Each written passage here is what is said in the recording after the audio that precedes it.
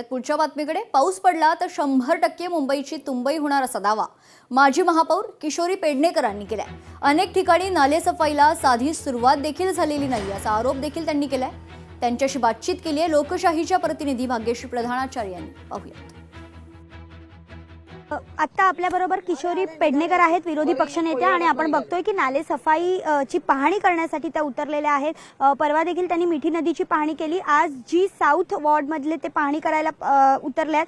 ताई, आपण बघितलं तर पहिल्या नाल्याकडे तुम्ही गेल्यानंतर अधिकाऱ्यांना एक प्रकारे चांगलेच तुम्ही खडेबोल सुनावलेले पाहायला मिळाले। नेमकं काय प्रथम दर्शनी पाहत? पुण्यामध्ये अनेक वर्ष आम्ही कुठे गॅप घेऊन आलेलो नगरसेवक नाही। अनेक वर्ष आम्ही याच्यामध्ये काम करतोय। वस कमिटी म्हणून आम्ही चेअरमन म्हणून काम केलेलं आहे। त्यानंतर अनेक कमिट्यानंतर महापौर। त्यामुळे तो अनुभव मुंबईकरांना दिसतो आहे, मिळतो आहे। चांगलं काम आमचंही दिसतंय। नुसतं आम्ही असं थोपटून घेण्यासाठी बोलत नाही। पण ज्या पद्धतीने प्रशासनाने गेल्या 4 वर्षात काय कामं केली ते आता लोकांसमोर यायला लागली आहेत।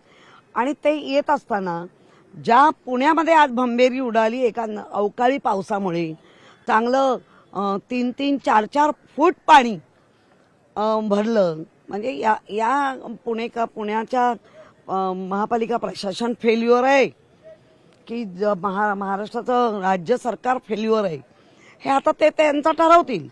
पण किमान मुंबईकरांना या सगळ्या गोष्टीचा त्रास होऊ नये, कारण आदित्य उद्धव ठाकरे हे आपल्या एप्रिल महिना चालू व्हायच्या आधी महापौर स्टँडिंग सगळ्यांना घेऊन, विरोधी पक्ष नेता घेऊन आम्ही ती व्हिजिट करत होतो। त्यांच्या पण काही सूचना आम्ही अंमलात आणत होतो। बांधिलकी मुंबईकरांसाठी आहे।